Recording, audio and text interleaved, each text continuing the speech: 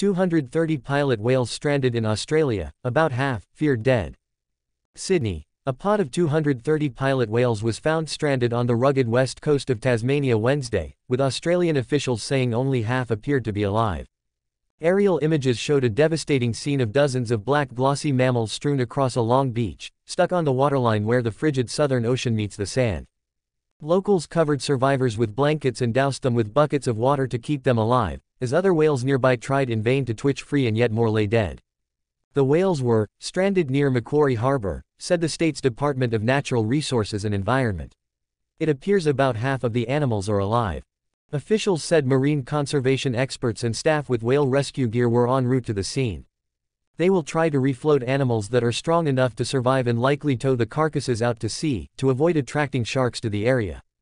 It is almost 2 years to the day since Macquarie Harbour was the scene of the country's largest ever mass stranding, involving almost 500 pilot whales.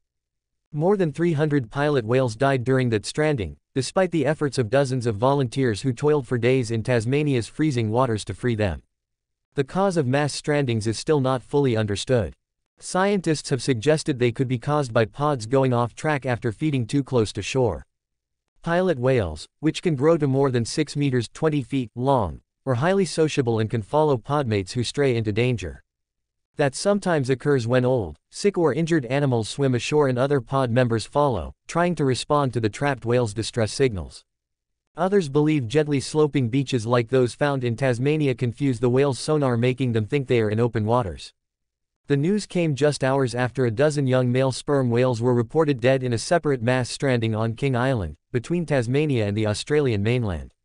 The young whales' deaths may be a case of misadventure, wildlife biologist Chris Carleon from the State Government Conservation Agency told the local Mercury newspaper. The most common reason for stranding events is misadventure. They might have been foraging close to shore, there might have been food, and possibly they were caught on a low tide, Carleon said. That's the theory at the moment. In nearby New Zealand, strandings are also common. There, around 300 animals beach themselves annually, according to official figures, and it is not unusual for groups of between 20 and 50 pilot whales to run aground. But numbers can run into the hundreds when a super pod is involved. In 2017, there was a mass stranding of almost 700 pilot whales.